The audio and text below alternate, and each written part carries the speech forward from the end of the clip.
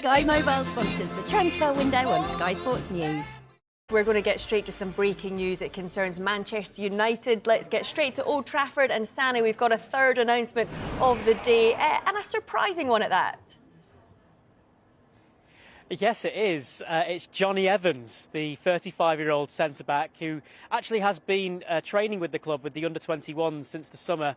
He was at Leicester City and his contract expired in the summer once they were relegated from the Premier League. And yeah, Evans made 198 appearances in his first spell at United between 2007 and 2015. Been training with the squad, and Erik ten Hag has now brought him in on a one-year deal. So he'll provide a bit of experience, a bit of nous. He's Northern Ireland's second most decorated player in the history because at his club, in his first spell with United, he won the Premier League 3 times, Champions League as well, League Cup. So he brings a lot of experience of winning.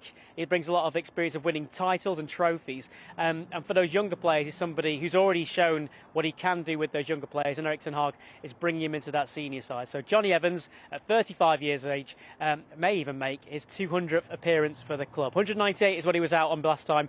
Now he's back at Old Trafford, and I'm sure all United fans will give him a roaring reception whenever he is back at Old Trafford. Cheers, Sonny. Good stuff. Right, Darmish, I mean, I know you're busy there, mate, but we're live on TV instead.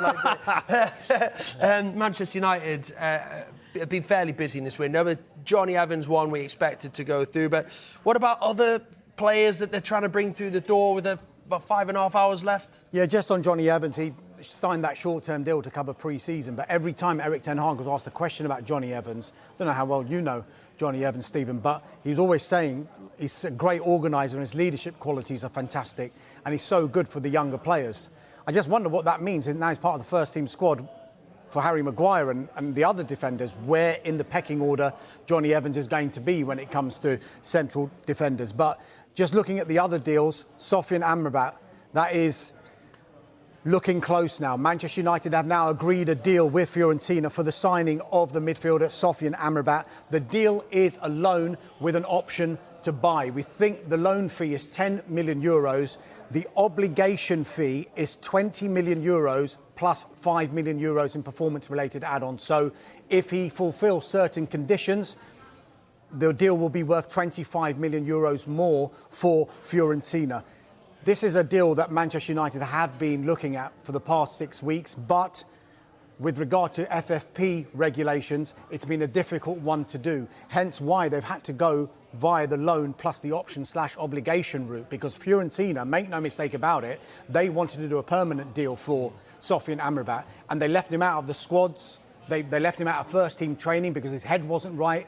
They had to just make sure, get this resolved one way or another before he comes back into the fold at Fiorentina, or indeed goes to Manchester United. The information we're having from one source is that he's still out in Italy, and there's a chance that Amrabat might be doing his medical out in Italy before flying to the UK and getting everything sorted there because of the time constraints left in this transfer window. We know that the head of football recruitment at United, Matt Hargreaves, has flown out to Italy to finalise all of the details on that deal. So it looks like, if everything goes well from this moment on, it's a case of when and not if Sofie Amrabat will become a Manchester United player.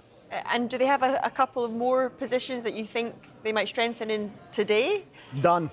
They're done. Okay. Yeah, 2 done deals. The first one is Sergio Reguilon. We know that they were after a left-back because of the injury suffered to Luke Shaw and Tyrell Malacia. There was a big issue there for Erik ten Hag. He needed to fill it, but he needed to fill it in a way where it was a short-term fix. And because he knows that Luke Shaw and Malacia are going to be coming back from injury, they were looking at Marc Cucurella. It looked all the money that they were going to sign Marc Cucurella from Chelsea. He ended up playing 90 minutes for Chelsea in the EFL Cup, which threw a lot of doubt onto that deal, because if the deal's close, why are you risking it by playing him? In the end, the deal was off by then, and United had moved on to Sergio Reguilon. It is a season-long loan. The medical is completed. It has been announced.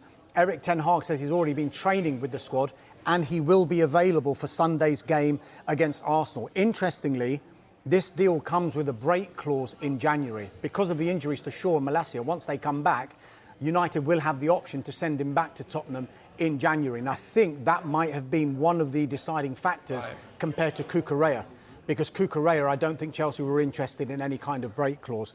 And the other factor, knock-on effect that would have had, is we think that the financial outlay for Sergio Reguilon was probably smaller than Cucurella, and that enabled them to spend a little bit more money to ensure that they get the Amrabat deal done. Stephen, when you look at Manchester United's start to the season, they scraped a 1-0 win against Wolves in the opener, and Wolves played really, really well.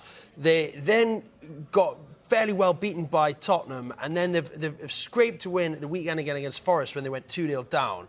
It's not been the most convincing start to the season. Do you think that with the players that they brought in, so if Amrabat signs, Reguilon, sign a new keeper today, but have they done enough, do you think, to close that gap on their rivals Manchester City? I mean, they've got Arsenal at the weekend as well. I'm not sure anyone's going to close the gap on City. In my honest opinion, I think City they're going to run away with it again this year. They were outstanding last year, and I see the same again this year. However, talking about United, I think they made some shrewd signings. My good friend Altay from Fenerbahce brought him in as number 2, maybe push for number 1, who knows. Really good signing. I think Jonny Evans, another really wise signing. I think they've been selective. I think they haven't gone out and just spent wildly. I think they've got their targets, and they've done it well. I mean, I'm actually quite impressed with a club that actually has taken a step back and gone, right, what areas do we need? We need a left back, we need an experienced centre half in, and they've gone and done that. And so for me, I think United will progress from last year, but I'm not quite sure that they'll challenge City just yet. How good's the keeper that's come in from Turkey? Really good, really good. So he's used to playing under a lot of pressure at Fenerbahce. If anyone who knows Turkish football, if you're at Galatasaray, Fenerbahce or Besiktas, you play under immense pressure week in, week out. He's done that from a young age. He's experienced, he's got his head screwed on, and I'm delighted to see him here. I mean, I was surprised. It's not often that Turkish players make those moves, but it's becoming more and more frequent. We saw Arda Güler move earlier on in the window as well to Real Madrid. So it's exciting time for Turkey. Brilliant, great stuff.